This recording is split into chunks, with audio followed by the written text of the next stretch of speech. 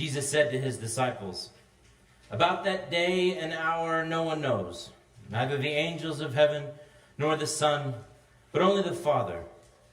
For as the days of Noah were, so will be the coming of the Son of Man. For as in those days before the flood they were eating and drinking, marrying and giving in marriage, until the day Noah entered the ark. And they knew nothing until the flood came and swept them all away. So too will be the coming of the Son of Man. Then two will be in the field, one will be taken and one will be left. Two women will be grinding meal together, one will be taken and one will be left. Keep awake, therefore, for you do not know on what day your Lord is coming. But understand this, if the owner of the house had known in what part of the night the thief was coming, he would have stayed awake and would not have let his house be broken into. Therefore you also must be ready, for the Son of Man is coming at an unexpected hour." And this is the gospel of the Lord.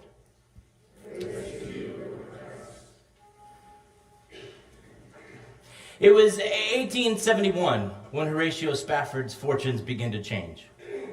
Up until then, he was a prominent, working towards prominency, businessman in Chicago. His business was real estate. He owned a great deal of properties. He was married to a woman named Anna, and together they had 5 children, 1 boy and 4 girls. 1871, though, would become known not only as a date that marked a beginning of tragedy in Horatio and Anna's life, but also in all the city of Chicago, for that's the day of the year of the Chicago fire. As it turns out, Horatio loses most of his investments. Most of his property that he owns is burned to the ground. So he's in this great, difficult situation. Only compounding that will be the loss of his only son to scarlet fever that same year. Horatio and Anna experienced tremendous grief. And in the year or two to come, there is a period of healing. Horatio is able to rebound a little bit in his business, begin to invest in properties once again. Him and Anna and the girls are putting behind them the great loss that they have experienced. And they're looking for an opportunity to sort of mark something new. And so they learn that this preacher that they like hearing is going to give a series of sermons in England. And so they decide to sail from Chicago, take the train to Baltimore, and from there sail to England to hear the sermons. This is where I pause and say, if Horatio and Anna and 4 girls could travel from Chicago to England just to hear a sermon, you can always make the short drive.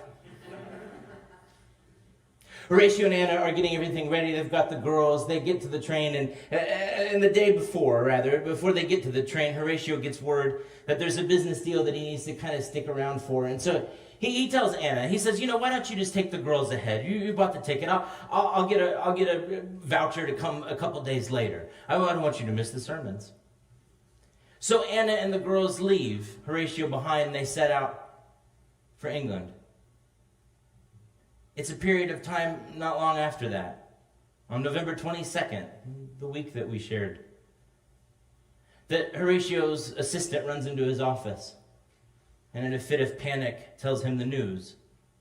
The Havre de Grace, the ship upon which Anna and the girls were sailing, had struck another ship in the middle of the night, and the ship had sank. He didn't know what was the condition of those on board. He did not know what the condition of his wife and 4 girls were. It was a tortuous 3 days until he received a second telegram, this time from Anna in England, with 2 words, "Saved alone."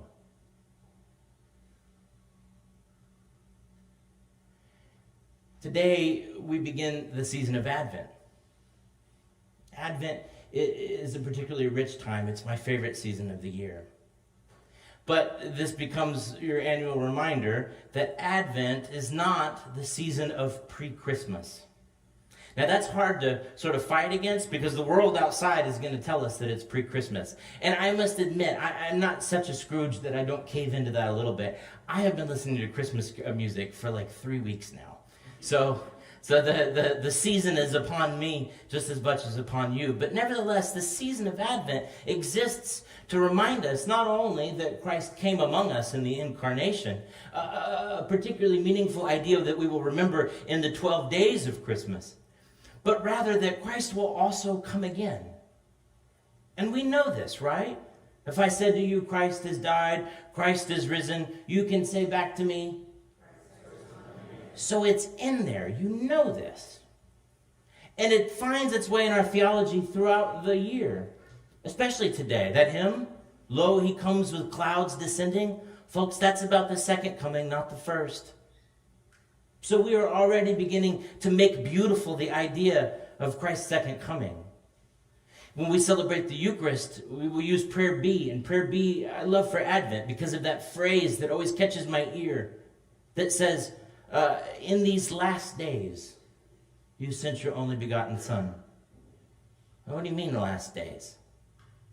The early church, the church to which Paul wrote his letters, was fairly convinced that the second coming would be in their lifetime.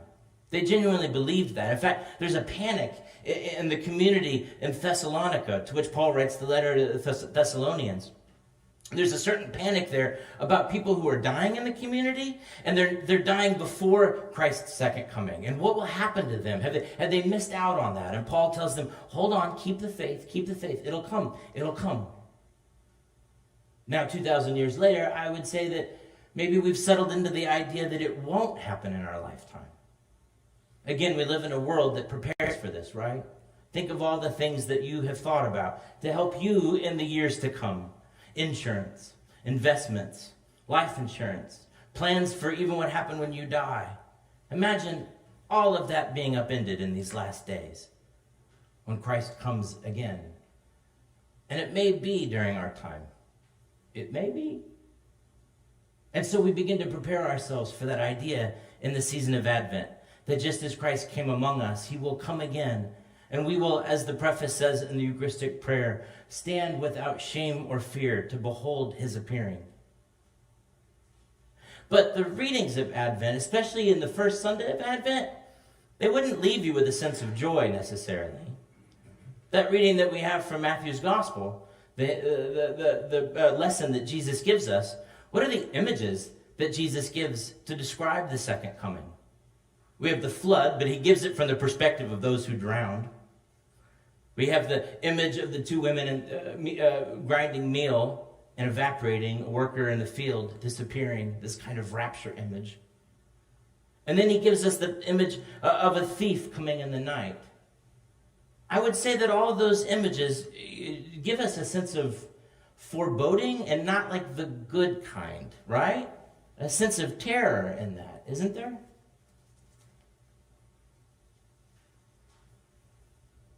Horatio sets out to find Anna.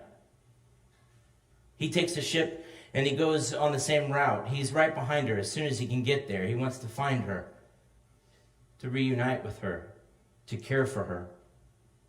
And as he's sailing on the ship over the water, the captain finds out who's on board. Horatio Spafford finds out that he's on board. And in the middle of the night, he wakes him up and tells him, "Sir, I want you to know that where our ship is now positioned is over the spot where the Havre de Grace sank. The ship right now is over the spot where your 4 daughters drowned." And there, in the stillness of that night, on board the deck of that ship, Horatio pulls out a notepad, Chicago hotel stationery, and begins to pen the words that you just sang. "When peace like a river attendeth my way, when sorrows like sea billows roll, whatever my lot thou hast taught me to say, it is well with my soul." Horatio is confronting the most tremendous grief any of us could ever imagine. And in that moment, he is grounded in his faith and finds a peacefulness there. He is confronting what feels like the end of his world, right? If it is not the second coming, it feels like it for him. And yet, confronted with that foreboding, confronting with that fearfulness, he writes one of the great American hymns, one which grounds us and says no matter what happens, it will be all right. Here we borrow from the imagery of Revelation, the book that it really helps us understand the season of Advent, and which we'll be doing as a Bible study. I'll tell you about that later. Its opening lines, even though there should be much wailing, even so, amen. It's my favorite verse in the Bible. Even so, amen. It is well with my soul. Horatio goes on further, and this, I think, might be the most important of the verses. And Lord, haste the day when the faith shall be sight, the clouds be rolled back as a scroll. Lo, he comes with clouds descending. The trump shall resound, and the Lord shall descend. Even so, it is well with my soul. Horatio is leaning into the imagery and the idea we have as Christians that God will come again, and that in the upendingness of our lives, there will be something good. Horatio helps us answer the question, how will you meet that moment when Christ returns to judge the living and the dead? Will you meet it with fear, or will you meet it with joy? Horatio, dare I say, in the words that we just sang, is giving us a blueprint of how we might live that in joy. The psalm also helps. I could go on all day about Psalm 122 because it's my favorite in the book, and I hate that I'm just making mention of it. It only comes around this time every 3 years.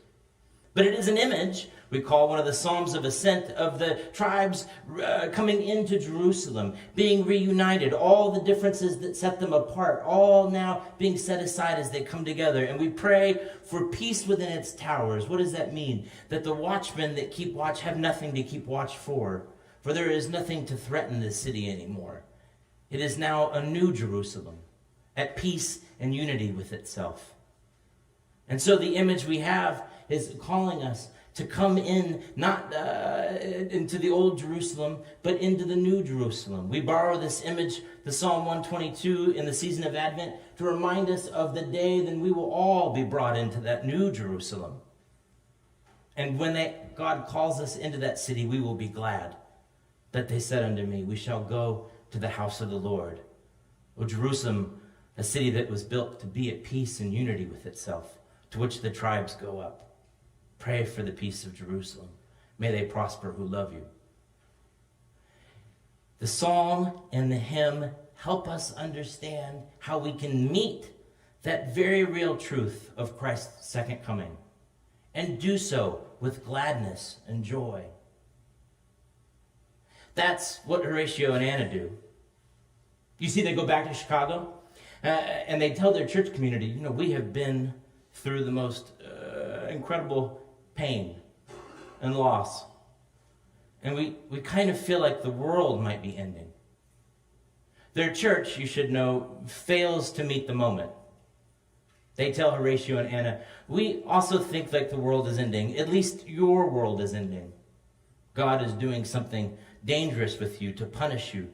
And so we need you to leave the community, lest the smiting that God has begun upon you be spread to us.